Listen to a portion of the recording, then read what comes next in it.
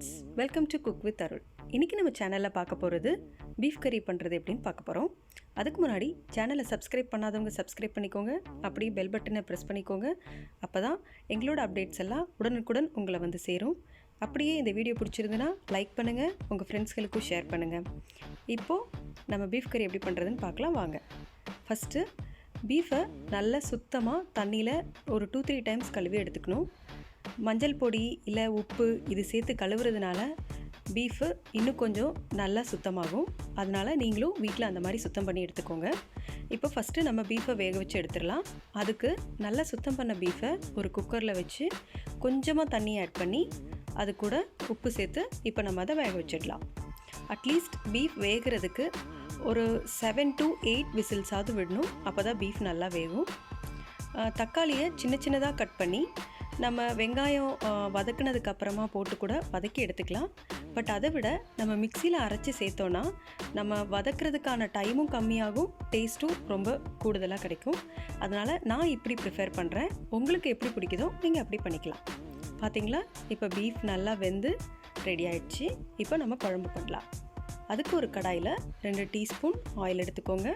ஒரு பட்டை, 3 லவங்கம், 3 ஏலக்காய், அதை கொஞ்சம் நல்லா வதக்கிக்கலாம். அப்புறமா நம்ம வெட்டி வச்சுருக்கிற வெங்காயத்தெல்லாம் போட்டு பொன்னிறம் ஆகிற வரைக்கும் நல்லா வதக்கி எடுத்துக்கணும்.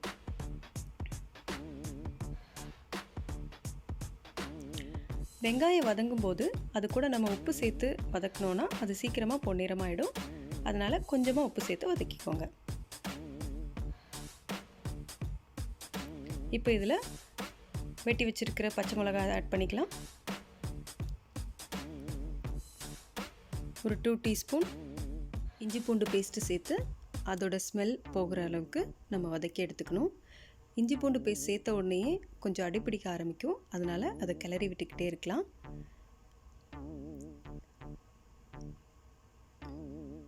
இப்போ அதோட ஸ்மெல் போனதும் தக்காளியை நான் அரைச்சி வச்சுருக்கேன். நீங்கள் சின்ன சின்னதாக வெட்டி வச்சுருந்தா இந்த டைமில் சேர்த்துக்கோங்க. அது நல்லா பேஸ்ட் ஆகிற வரைக்கும் நம்ம வதக்கணும்.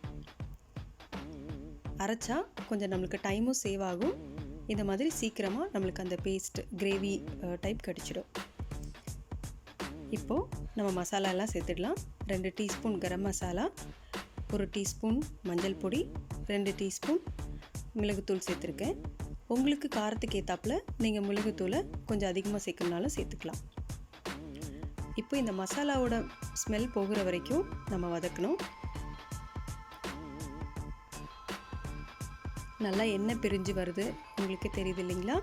இந்த மாதிரி ஸ்டேஜில் நம்ம வந்து இப்போ வேக வச்சுருக்கிற பீஃபை இதில் ஆட் பண்ணிக்கலாம்.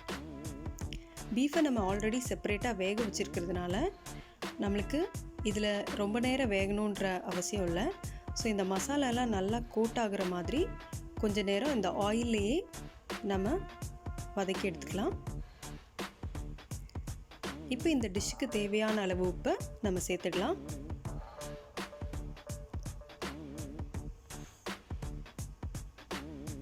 பீஃபில் ஆல்ரெடி உப்பு சேர்த்துருக்கோம். அப்புறமா வெங்காயம் வதக்கிறதுக்கும் கொஞ்சம் உப்பு சேர்த்துருக்கோம். அதெல்லாம் நம்ம கவுண்ட் பண்ணி கொஞ்சம் உப்பை பார்த்து சேர்த்துக்கணும். இப்போது நம்ம ஆல்ரெடி பீஃப் வேக வைக்கும் போதே அதில் கொஞ்சம் வாட்டர் இருக்கும். அந்த வாட்டர் வேஸ்ட் பண்ணாமல் அதையே நம்ம குழம்புக்கு சேர்த்துக்கலாம்.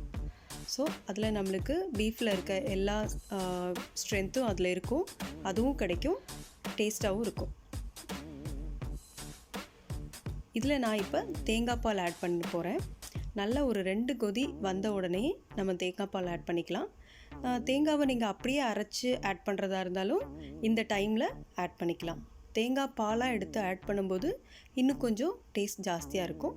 அதனால் நான் தேங்காய் பால் ஆட் பண்ணியிருக்கேன். நீங்கள் தேங்காய் வேணும்னாலும் அரைச்சி ஆட் பண்ணிக்கலாம். பார்த்தீங்களா, நல்ல க்ரீமியான பீஃப் கறி ரெடி ஆயிடுச்சு. நம்ம தேங்காய் பால் ஊற்றுறதுனால நம்மளுடைய கிரேவி நல்லா க்ரீமியாக சூப்பராக கிடைக்குங்க. அதனால தான் தேங்காய் பால் ஆட் பண்ணியிருக்கோம். இப்போது ரெடியானதுனால நம்ம கொஞ்சம் கொத்தமல்லி இலை மேலே தூவி இறக்கிடலாம். ரொம்ப டேஸ்டியான சூப்பரான பீஃப் கறி ரெடி ஆயிடுச்சு. தேங்க்யூ ஃபார் வாட்சிங். அடுத்து உங்களை ஒரு ஸ்பெஷலான டிஷ்ஷோட மீட் பண்ணுற வரைக்கும் பாய் ஃப்ரம் அருள். பாய்.